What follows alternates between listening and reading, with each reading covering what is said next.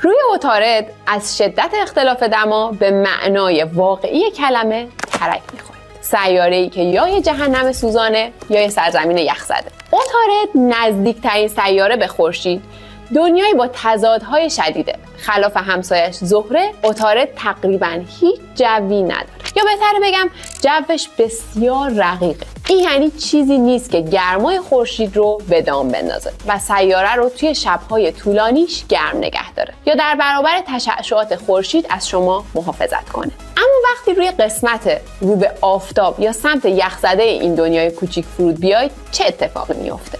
بیایید از قسمت شب شروع کنیم.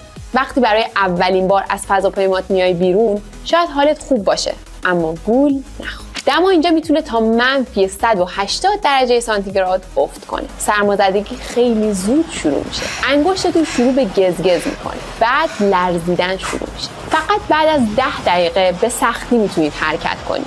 گیج و گنگ میشید و در کمتر از 1 ساعت از شدت سرما بیهوش میشید و تمام. اما صبر کنید، عطارد یه قسمت روز هم داره و اون یه جهنم کاملا متفاوته. هرچند که از زهره خنک‌تره. دما اینجا میتونه تا 427 درجه سانتیگراد بالا بره. اما فقط گرما نیست. این تشعشعات شدیده که شما را از پا در میاره. وقتی در معرض این تشعشعات قرار بگیرید، بدنتون شروع به داغ شدن بیش از حد میکنه. پوستتون فوراً دچار سوختگی ناشی از تشعشعات میشه و این تشعشعات به سرعت به دی ان ای شما آسیب میزنه. در عرض 1 ساعت سلولهاتون جهش پیدا میکنن و میمیرن. و اگه سیستم خنک کننده لباستون از کار بیفته، گرمایی رو تجربه میکنید که قبلا هرگز تجربه نکردید.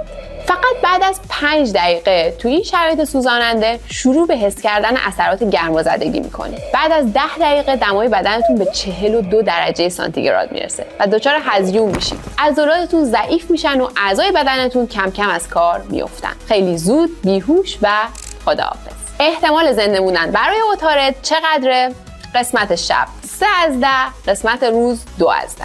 ما رو برای تورهای مرگبارتر در منظومه شمسی دنبال کنید و مقصد بعدی رو شما پیشنهاد بدید.